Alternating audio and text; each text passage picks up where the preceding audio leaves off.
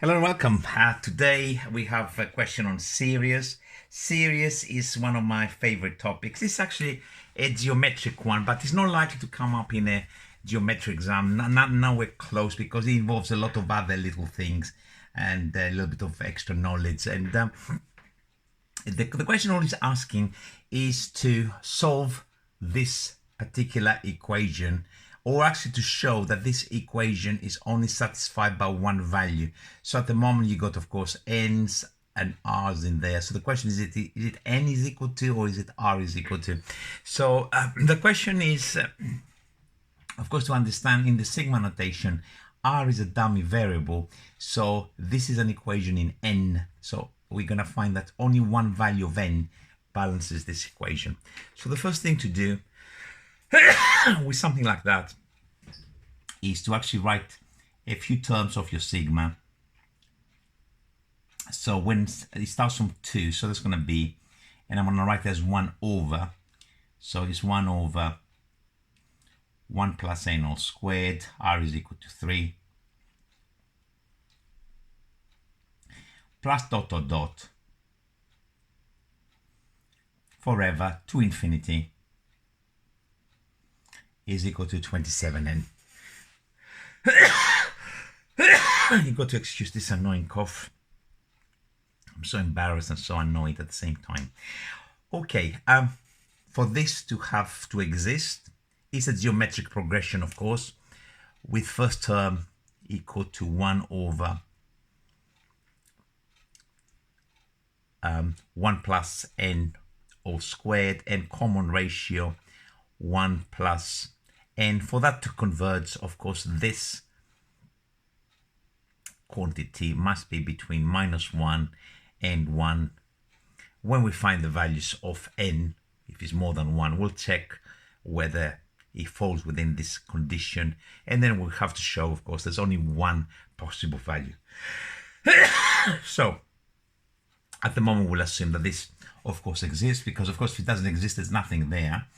So 4 times sum to infinity, of course, for a GP is this. So first term,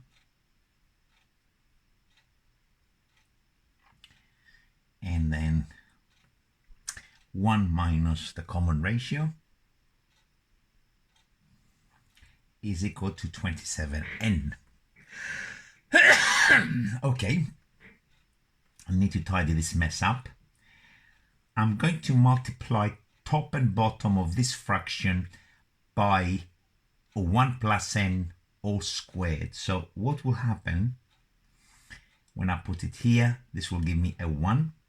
When I times that, it's going to give me 1 plus n all squared, minus, when I put that square there, will cancel me that, but I'm still going to have a 1 plus n there. If you have your own way of tidying this up, this is enrichment.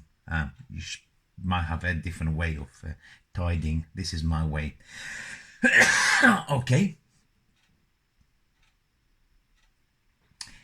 N squared plus 2n plus 1 minus 1 minus n is equal to 27n. And now we have, of course, a nice expression.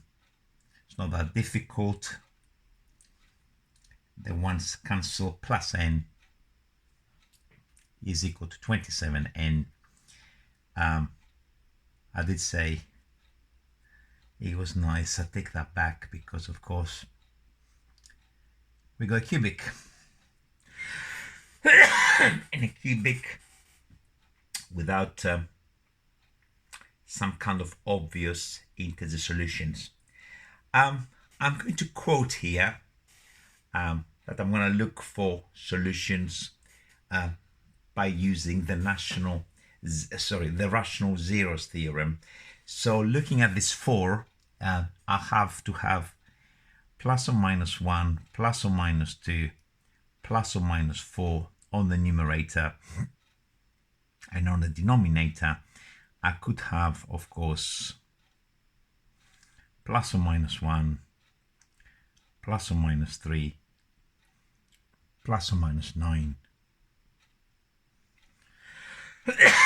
plus or minus 27.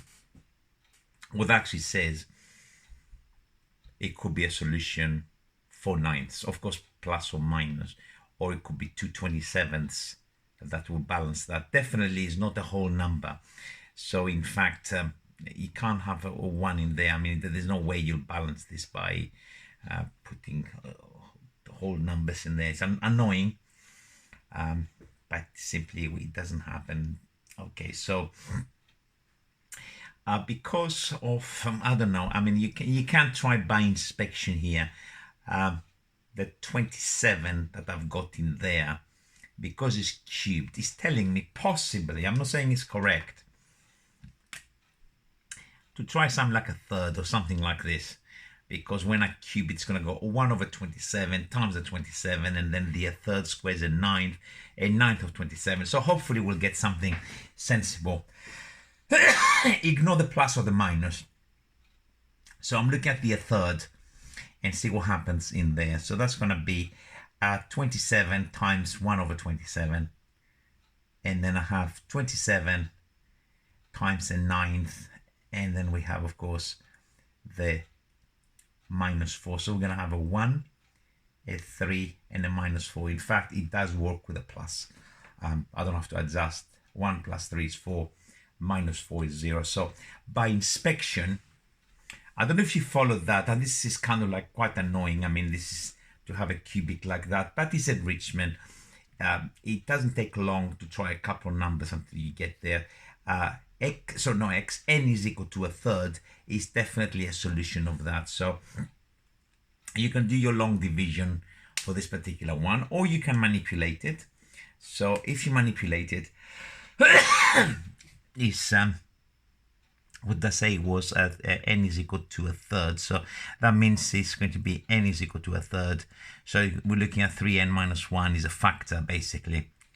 So I can write this as perhaps a 9n squared 3n minus 1, 27n cubed minus 9n squared, which leaves now 18n squared. So it's going to be an 18. Not 18. Oh God. And minus 1 is not 18. I want it to be 19, so it's going to be a 6 in there. And then we got a minus 6n, so we got a plus 6n, 2, 3. I probably should have done long division there. And then it doesn't work, so I made a mistake in there somewhere. Let me just double check it. 27n cubed minus 9n squared, minus 9n squared. And now this does not give me 27. I need to go to 36 as a 12 plus 36n squared gives me the 27n squared minus 12n. And now that's my minus 12n plus 12n cancel, and then minus 4 is equal to 0. It's correctly done. I should have done a long division for this. I'm just being stupid, and it's okay now. It's too late.